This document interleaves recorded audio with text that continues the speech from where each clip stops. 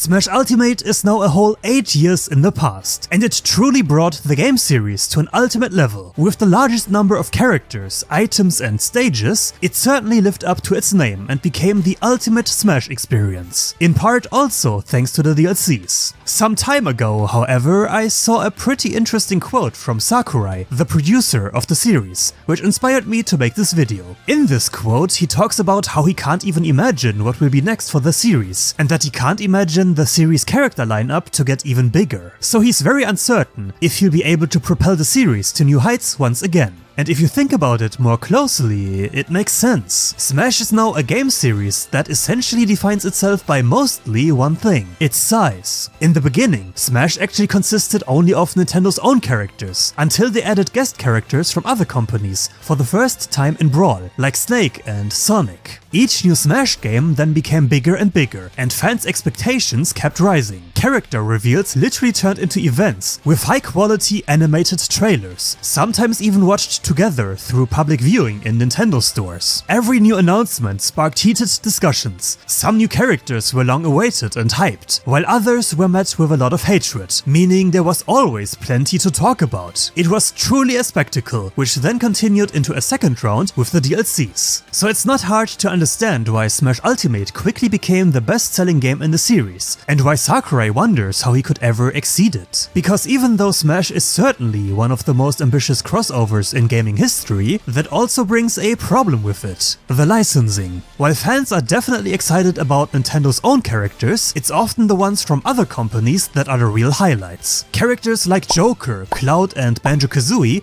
basically set the internet on fire, because fans had been waiting for so long for them. With now 82 characters, Smash Ultimate has one of the largest lineups in video game history, but it's pretty unlikely that all of these characters will return with every new entry. There may be licensing issues because companies might suddenly no longer want their characters in Smash, or the parties might not be able to agree on a deal that satisfies both sides. And there are surely hundreds of other things that could cause problems as well. So I wonder how big the disappointment of some fans will be if certain popular characters like Banjo-Kazooie and Cloud won't return, and the lineup won't get better, but instead worse. Because as much as I love Smash, and as excited as I am for the next game, I think we need to realize that it's unlikely we'll get so many new additions at this point. And I think that's exactly why Sakurai is so concerned. In Smash 4, Snake didn't return for unknown reasons, and with the sheer number of guest characters we have now, I think that's something we'll see more of in the future. But honestly, maybe that's not even such a bad thing. I also think that all these characters are really cool, and the animated reveal trailers are always great to watch. But what I truly want isn't dozens of new additions, it's simply for the game itself to improve. Brawl, for example, had an actual story mode,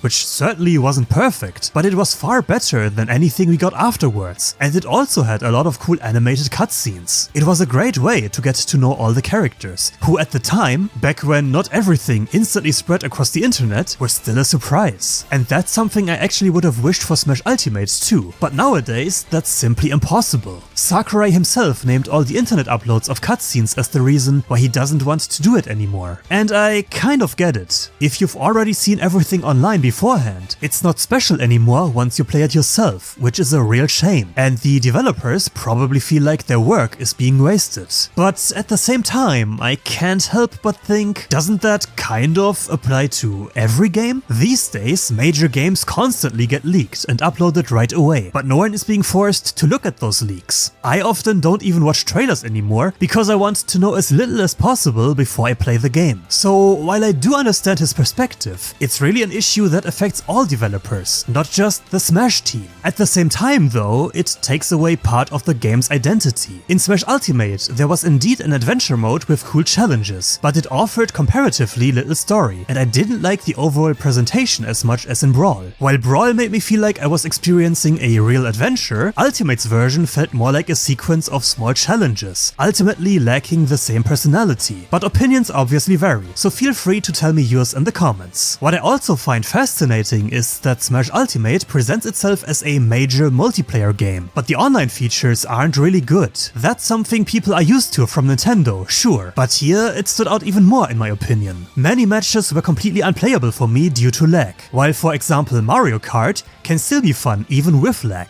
In a fighting game, it's just so much more noticeable, and it's all the more important to provide good online infrastructure. When the fighting game event EVO was supposed to take place online in 2020 for obvious reasons, Smash was removed from the lineup despite its huge popularity. While the reason was never officially revealed, the most common theory is that it was simply unplayable and therefore couldn't meet the tournament standards. EVO was then cancelled entirely afterwards for completely different reasons, but I think it shows quite well that Smash, compared to other games, is still stuck in the Stone Age in that regard. Especially for a game that not only wants to be a fighting game but also a party game, it would be very appropriate to significantly improve this aspect, because online play is far more important today than it used to be. Nintendo also needs to be much more open towards tournaments and the competitive scene, instead of undermining them with their own decisions, if they truly want Smash to stay active long term and maintain an online presence. We all know that the Smash community is infamous for having its share of bad apples, but cases like that exist in many communities. Nintendo should highlight the good rather than be scared off by the bad.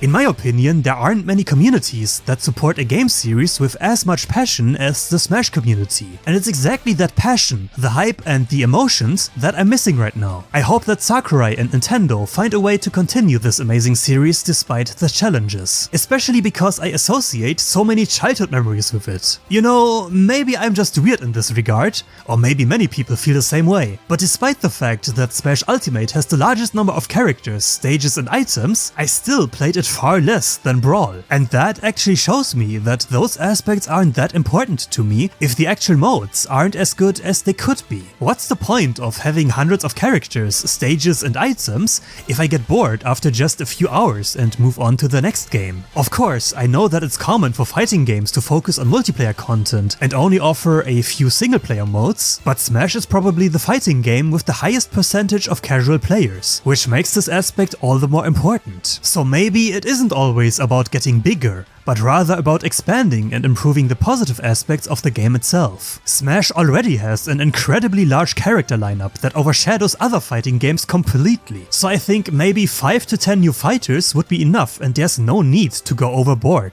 But no matter what the next Smash game becomes, I would absolutely love to see a really awesome single player mode, and I hope that Sakurai will make the best of it.